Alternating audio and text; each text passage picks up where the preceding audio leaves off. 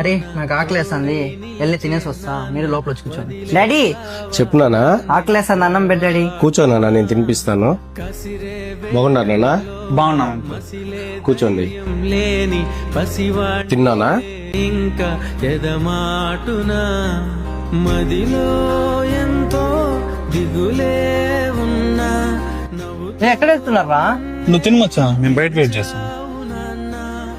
ఏమైందన్నా? రీసెంట్ గా వాళ్ళ నాన్న చనిపోయినాడు నాన్న.